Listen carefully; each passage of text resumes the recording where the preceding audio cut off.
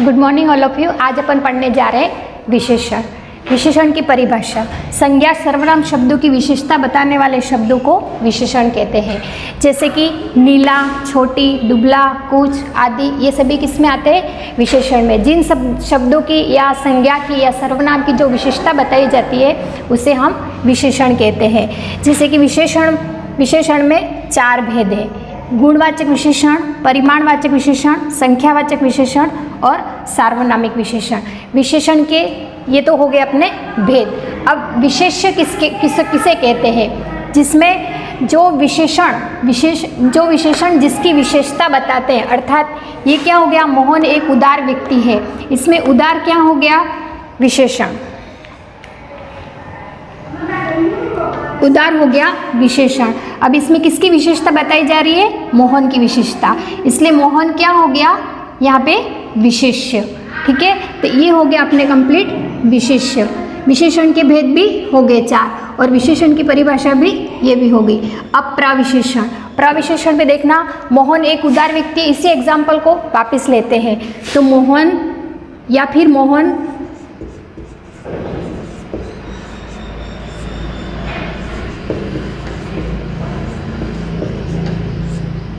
बहुत सुंदर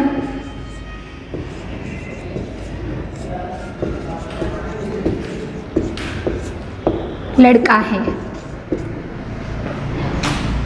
मोहन बहुत सुंदर लड़का है। अब इसमें सुंदर हो गया अपने विशेषण।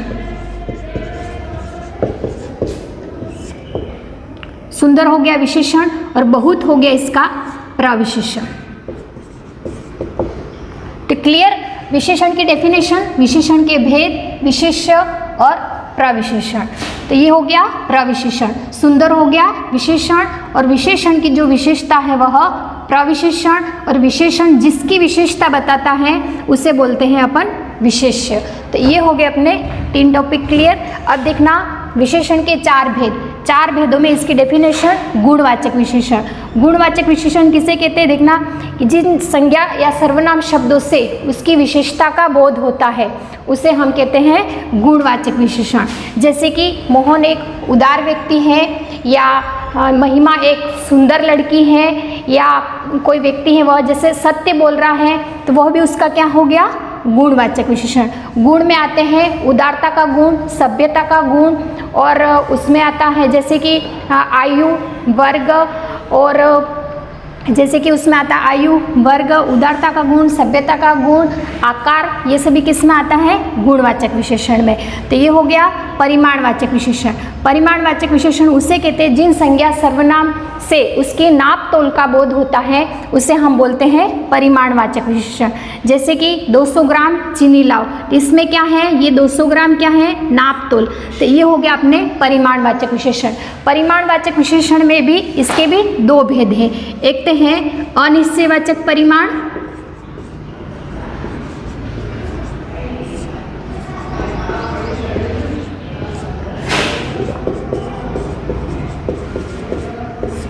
सेकेंड नंबर पे निश्चयवाचक परिमाण,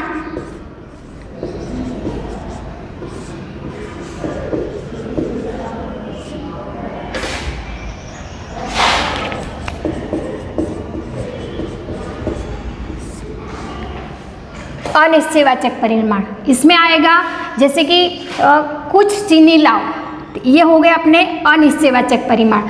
और निश्चयवाचक परिमाण में जैसे 200 ग्राम चीनी लाओ, तो ये हो गया निश्चयवाचक परिमाण। तो परिमाण की डेफिनेशन है जिसमें जिन संज्ञा या सर्वनाम शब्दों से नाप तोल का बोध होता है उसे हम क्या बोलते हैं? परिमाणवाचक विशेषण। इसी तरह से अब थर्ड नंबर पे आएगा अपना संख्यावाचक विशेषण।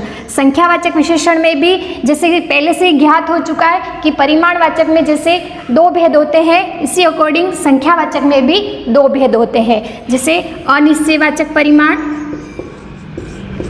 ये हो गया, और इसमें भी निश्चयवाचक परिमाण, निश्चयवाचक संख्या, निश्चयवाचक संख्या और अनिश्चयवाचक संख्या।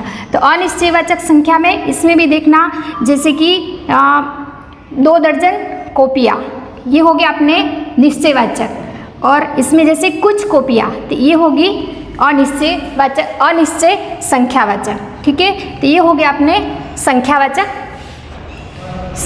विशेषण। सार्वनामिक विशेषण, अब देखना सार्वनामिक विशेषण वह विशेषण है जो संज्ञा के पहले सर्वनाम लगता है, उसे हम बोलेंगे सार्वनामिक विशेषण।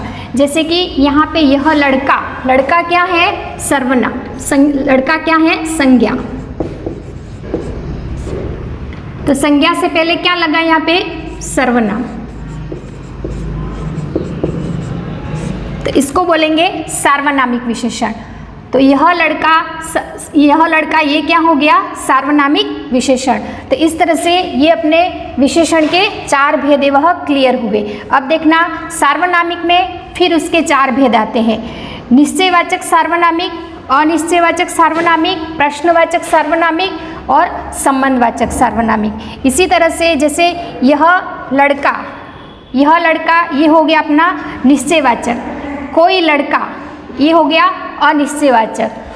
यह लड़का कहाँ जा रहा है? तो ये हो गया प्रश्नवाचक।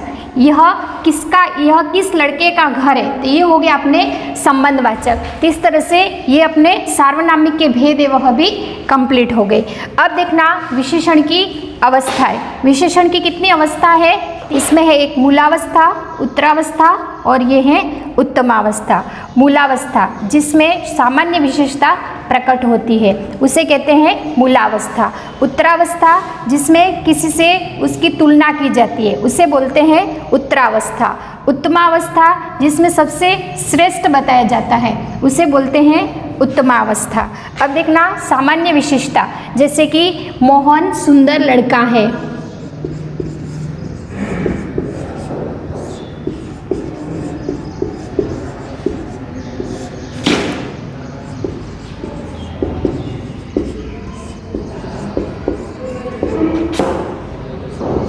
मोहन सुंदर लड़का है, ये हो गई मूलावस्था। क्यों? क्योंकि इसकी किसी के साथ तुलना नहीं की जा रही है। अब देखना उत्तरावस्था।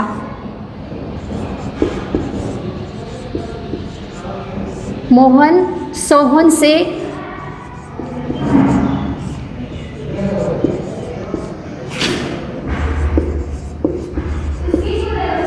सुंदर है, ये हो गई अपनी उत्तरावस्था।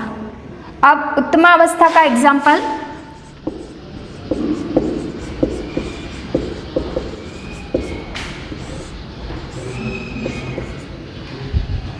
मोहन सबसे सुंदर है।